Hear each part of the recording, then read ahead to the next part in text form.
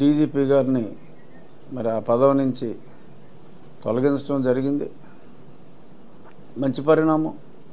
ఆలస్యమైనప్పటికీ అతను చేయవలసిన డ్యామేజ్ జరిగినప్పటికీ కూడా ఆలస్యంగానైనా సరే ఎన్నికల సంఘం మేల్కొనటం చాలా చాలా చాలా చాలా మంచి పరిణామం. రాష్ట్ర ప్రజలందరూ ఈ పరిణామాన్ని హృదయపూర్వకంగా స్వాగతిస్తున్నారు. మరి అలాగే ఎందుకంటే ముగ్గురు డీజీపీకి అర్హులుగా ఉన్న వాళ్ళని పంపించమన్నారు ప్యానల్. ఇమీడియట్గా బాగ్చే గారని ఆయనకి టెంపరీగా ఫుల్ ఎడిషనల్ ఛార్జ్, అసలు ఉన్నాయనే ఫుల్ ఎడిషనల్ ఛార్జ్. నేను ఎప్పటి నుంచో మొత్తుకుంటున్నా, ఫుల్ ఎడిషనల్ ఛార్జ్ ఉన్న వ్యక్తి ఎన్నికల సమయంలో డీజీపీగా ఉండటానికి అర్హత లేదు. అయినప్పటికీ కూడా మరి ఇన్నాళ్ళు ఎలా కంటిన్యూ చేశారు ఈ ఎన్నికల సంఘం అనేది తీవ్ర దిగ్భ్రాంతి కలిగించే అంశం.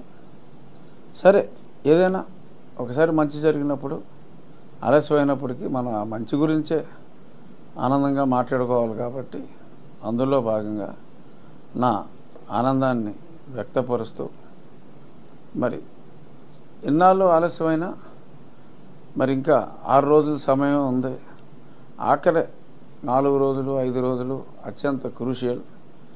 కాబట్టి మరి ఎందరో చావుకు కారణమైన చీఫ్ సెక్రటరీ గారు వ్యక్తిగతంగా ఆయన మంచివాడే, నాకు మంచి మిత్రుడు.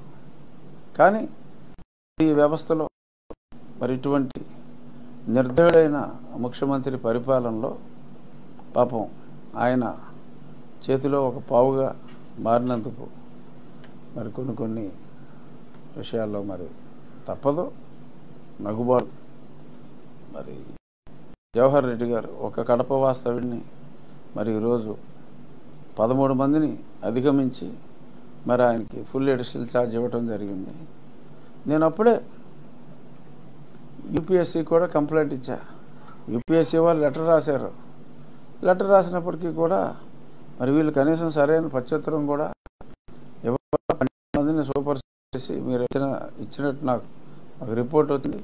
ఈ సెండ్ ది ప్యానల్ అడిగినా సరే కనీసం ఆ ప్యానల్ని కూడా అక్కడికి పంపించలేదు. ఎందుకంటే మరి ఆయన మరి కడప వాస్తవ్యుడైనా, ఆయనకంటే సీనియర్లు మంచి వాళ్ళు లేరనా తెలీదు.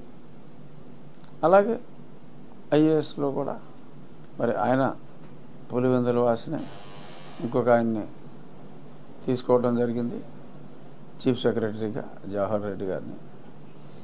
ఇప్పుడు మొన్న వృద్ధుల్ని సక్సెస్ఫుల్గా మరి అక్కడ లాస్ట్ మంత్ 32 మందిని ఇప్పుడు ఇంకా స్కోర్ రాసుకుంటున్నారు. ఇవాళ బ్యాంకు క్యూలో 2 పోయారు, ఇవాళ బ్యాంక్ క్యూలో 3 చనిపోయారని. మరో రకంగా ఇది దారుణ మారణకాండ.